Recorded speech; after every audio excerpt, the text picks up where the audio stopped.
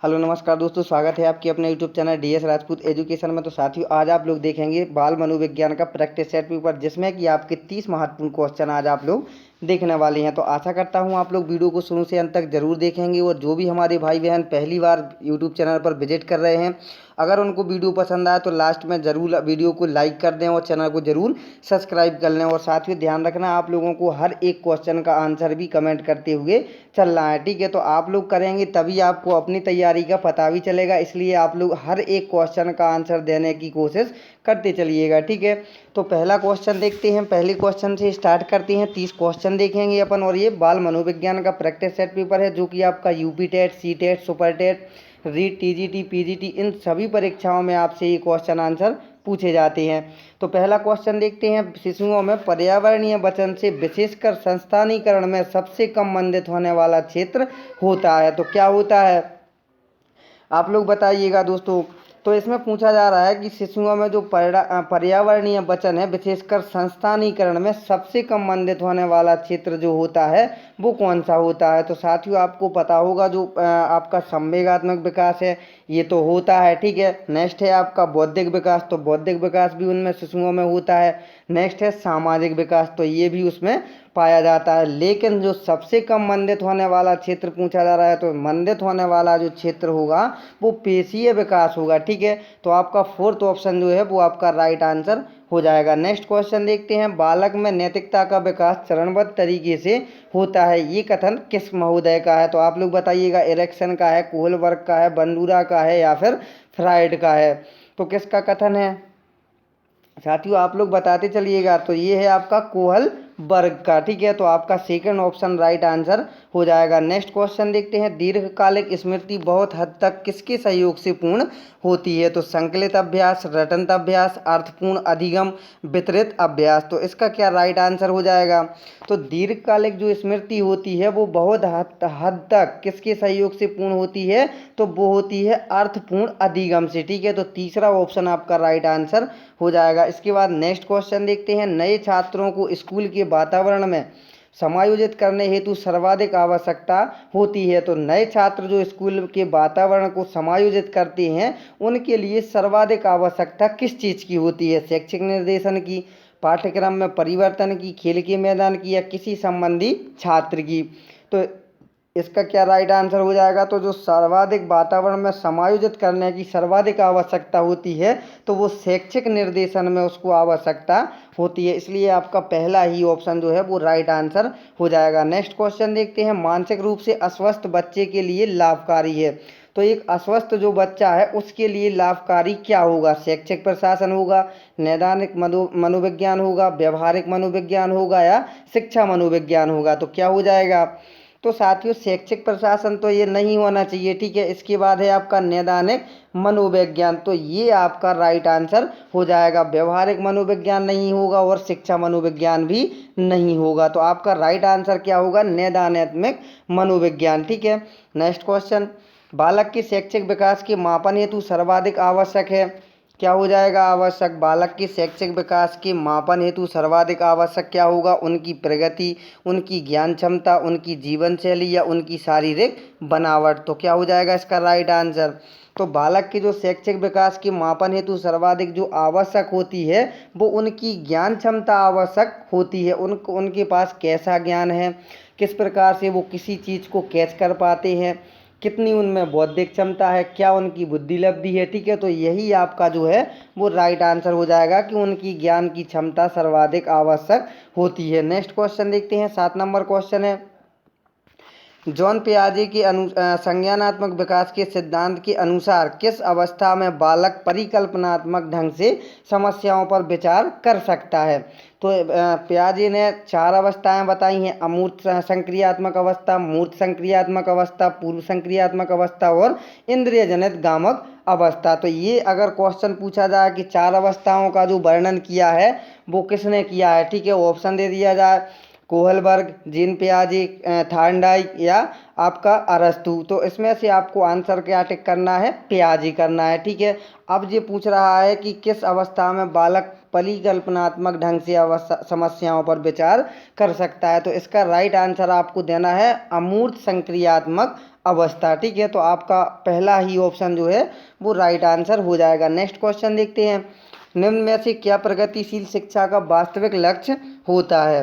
प्रगतिशील शिक्षा का वास्तविक लक्ष्य क्या होता है, तो आप लोग बताइएगा। ऑप्शन पढ़ना है आपको और आंसर कमेंट करना है। तो इसका राइट आंसर क्या हो जाएगा, तो साथियों इसका वास्तविक लक्ष्य क्या होगा, कौशल, आदतों तथा ज्ञान की प्राप्ति, ये गलत हो जाएगा। उपाधि एवं प्रमाण पत्रों का संग्रह, ये भी आपका गलत हो जाएगा। जीवन जीने का प्रशिक्षण प्राप्त करना, ठीक है, ये लगभग सही हो जाएगा। इसकी बात है विषय वस्तु पर अधिकार प्राप्त करना, तो ये भी आपका जो है वो आपका गलत हो जाएगा। लेकिन आपका जो राइट आंसर होगा वो क्या हो जाएगा,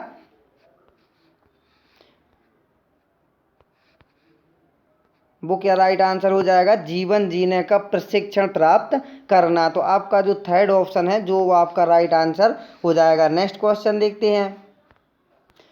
नेक्स्ट क्वेश्चन में क्या पूछा जा रहा है, सामाजिक परिवर्तन के लिए जब पुराने विचारों के स्थान पर नए विचारों को अपनाया जाता है तो उसे अपन क्या कहते हैं। तो ये आपने देखा होगा, सुना होगा कि सामाजिक परिवर्तन के लिए जब पुराने विचार हैं उनको त्याग दें और उसकी जगह जो आपके पास गलत धारणा है उनको त्याग दें, जो अच्छी धारणा है उनको आप लोगों को अपनाना चाहिए। तो उस अवस्था को अपन लोग क्या कहेंगे, नवाचार, अन्वेषण, प्रयोग या आपका सुधार। इसका क्या राइट आंसर हो जाएगा, तो उसको कहेंगे नवाचार, नई नई चीज़ों को अंदर ग्रहण करना। ठीक है, तो ये आपका क्या कहलाएगा, नवाचार कहलाएगा आपका। नेक्स्ट क्वेश्चन देखते हैं, निम्न में से किस अधिगम प्रणाली में बालक के मस्तिष्क का सबसे अधिक प्रयोग होता है। तो क्या राइट आंसर हो जाएगा, अनुकरण, अनुबंधन, प्रयत्न और भूल या अंतर्दृष्टि। इसका क्या राइट आंसर हो जाएगा, तो बाल अधिगम प्रणाली में बालक के मस्तिष्क का जो सबसे अधिक प्रयोग होता है वो अनुबंधन में, सॉरी दोस्तों, आपका अंतर्दृष्टि में होता है। ठीक है, सोचने समझने, यानी कि अंतर्दृष्टि आपका राइट आंसर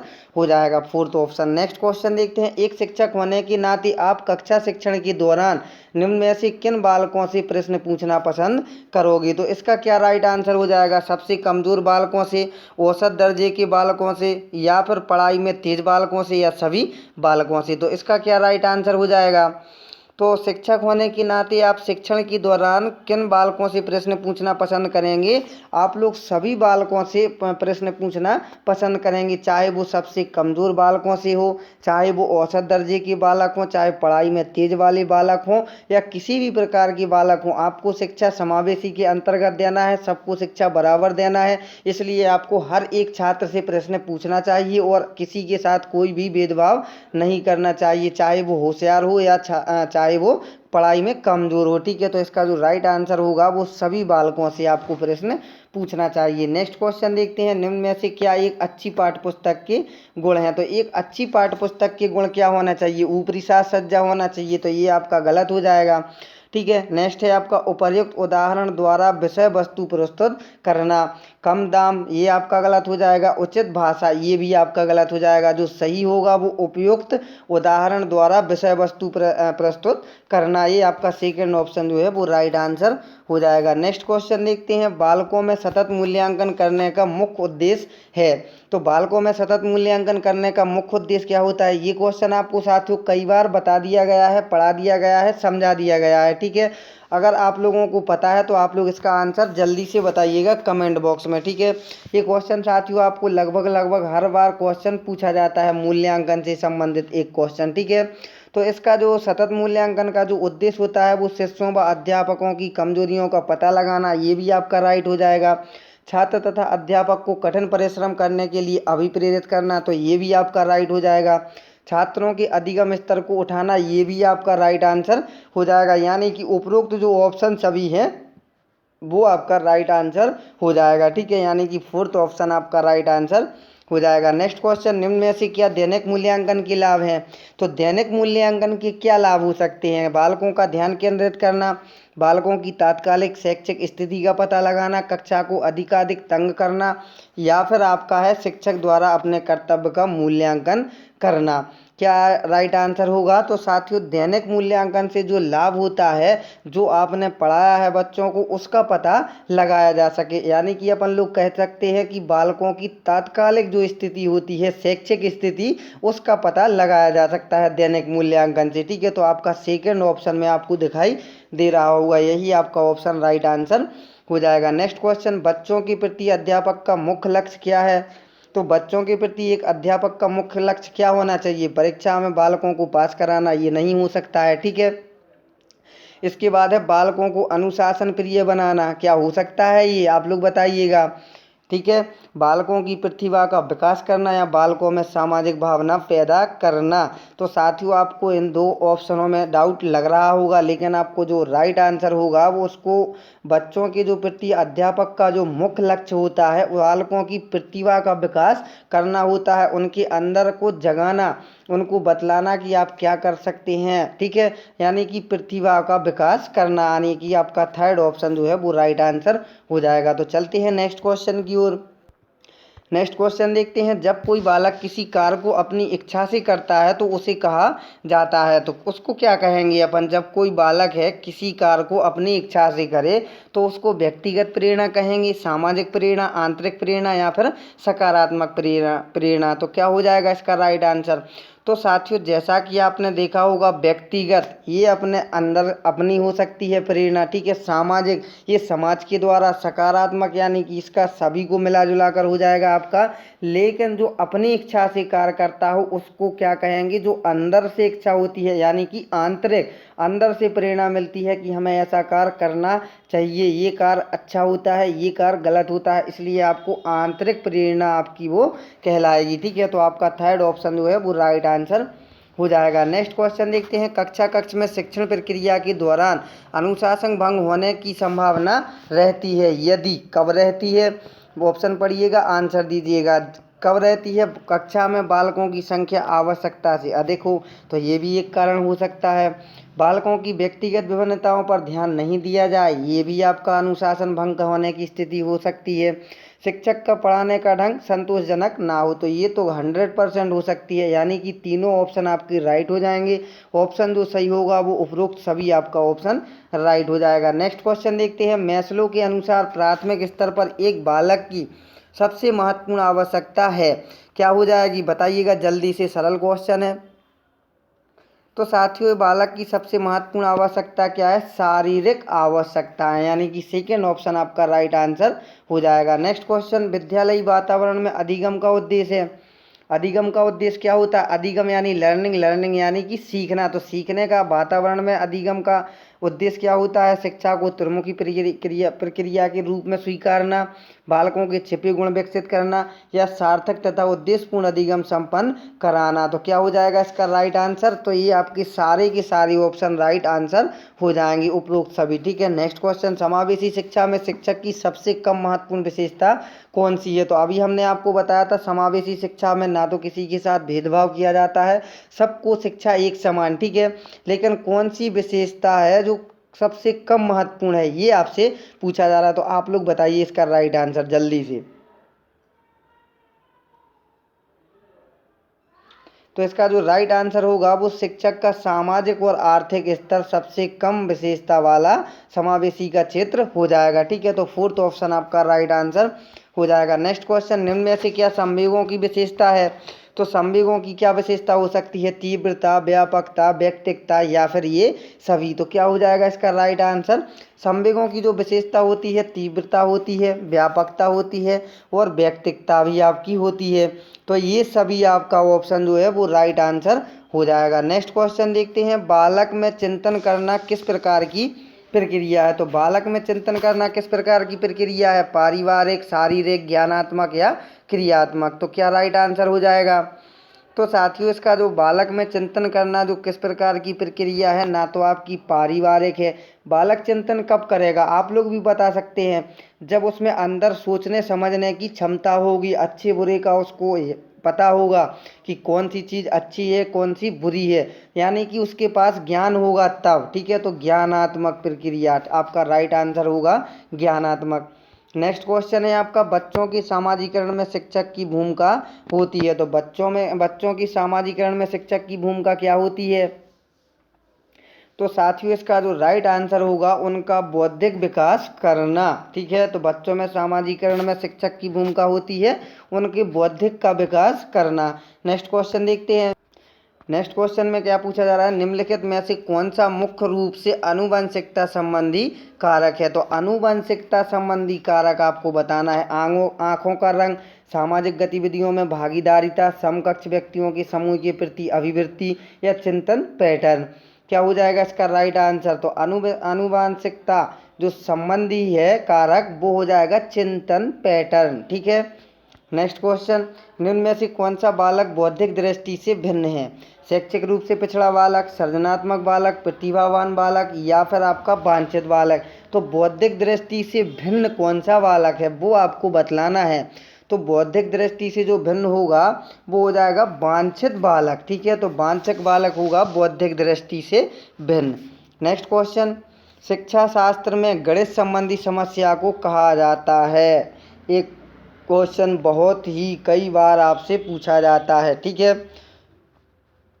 तो गणित संबंधी जो समस्या होती है उसको अपन क्या कहते हैं ये हमने आपको बता दिया है, हर एक का बता दिया है, तो आप लोग सभी समझ सकते हैं। अगर आपने उस वीडियो को नहीं देखा है तो वीडियो भी आप लोग देख सकते हैं। चैनल में जाइएगा, आपको अधिगम संबंधी विकार संबंधी एक वीडियो मिल जाएगी, अधिगम अक्षमता से संबंधित। ठीक है, उसको आप देख सकते हैं। तो गणित संबंधी क्षमता क्या कहलाती है? डिस्कैलकुलिया। ठीक है, नेक्स्ट क्वेश्चन, आपकी कक्षा में एक अंधा बालक है, उसकी शिक्षा व्यवस्था के लिए आप निम्न में से किसका प्रयोग करेंगे? तो किसका प्रयोग करेंगे? अंधे बालक के लिए जो होती है वो क्या होती है? तो अंधे बालकों के लिए ब्रेल लिपि होती है। ब्रेल लिपि क्या होती है साथियों? एक स्लेट होती है, उस पर उभरे उभरे चीज़ें लिखी होती हैं। ठीक है, जिसको कि वो अपने हाथों से छूकर उसको महसूस करके उसको पढ़ सकता है। जैसे यहाँ पर ये लिखा हुआ है तो इसको जैसे ही वो यहाँ पर टच करेगा उसको पता चल जाएगा। वो क्या कहलाती है? वो ब्रेल लिपि कहलाती है। ठीक है, तो आपका थर्ड ऑप्शन जो है वो राइट आंसर हो जाएगा। नेक्स्ट क्वेश्चन, आपकी कक्षा का एक बालक कुपोषण से ग्रसित है, इसका कारण क्या हो सकता है? तो बताइए कुपोषण से ग्रसित का।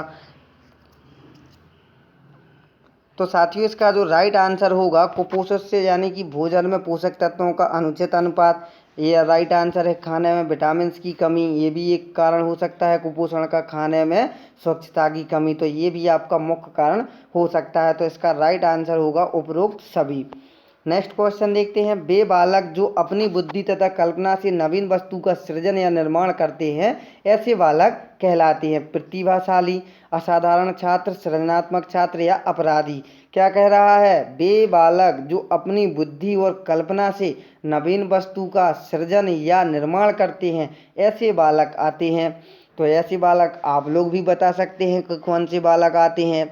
तो साथियों उसमें क्या राइट आंसर होगा? प्रतिभाशाली तो होना ही चाहिए। ठीक है, असाधारण छात्र, अपराधी छात्र, लेकिन वे बालक जो अपनी बुद्धि और कल्पना से नवीन वस्तु का सृजन या निर्माण करते हैं वो सृजनात्मक बालक कहलाते हैं या सृजनात्मक छात्र आते हैं। तो आपका थर्ड ऑप्शन जो होगा वो आपका राइट आंसर हो जाएगा। नेक्स्ट क्वेश्चन, निम्न में से क्या बच्चों के समाजीकरण में प्रमुख भूमिका निभाता है? खेलकूद, अच्छे कपड़े, बच्चे की सुंदरता या बच्चे की अच्छी पाठ्य पुस्तक। समाजीकरण में जो प्रमुख भूमिका निभाता है वो क्या है बताइए आप लोग जल्दी से। तो समाजीकरण में बच्चे का सामाजिक विकास कहाँ होता है? तो बच्चे का जो सामाजिक विकास होता है वो खेल के मैदान में होता है। ठीक है, कहाँ पर होता है? खेल के मैदान में। तो खेल कूद ही आपका राइट आंसर हो जाएगा। तो कैसा लगा साथियों आज का प्रैक्टिस सेट पेपर, जो कि बाल मनोविज्ञान का प्रैक्टिस सेट पेपर आपने 30 क्वेश्चन देख लिए हैं। आशा करता हूँ आपके कम से कम 20 से 25 नंबर के बीच में आपने इसको प्राप्त किए होंगे। आप लोग ज़रूर कमेंट बॉक्स में बताइएगा आपने नंबर जितने भी आपसे सही बने हों। इसी प्रकार से आप लोग अगर और भी प्रैक्टिस सेट पेपर देखना चाहते हैं तो आप लोग चैनल को सब्सक्राइब करना बिल्कुल मत भूलिएगा।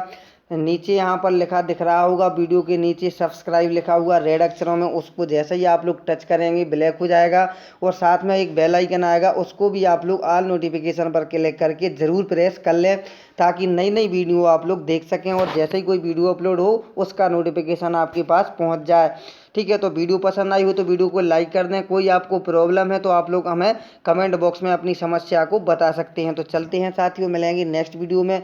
ध्यान रखना आप लोग इस वीडियो को अपने दोस्तों के साथ ज़रूर शेयर कर दें और वीडियो को लाइक और चैनल को सब्सक्राइब करना बिल्कुल मत भूलना। तो मिलेंगे साथियों नेक्स्ट वीडियो में, जब तक के लिए जय हिंद, जय भारत, वंदे मातरम दोस्तों।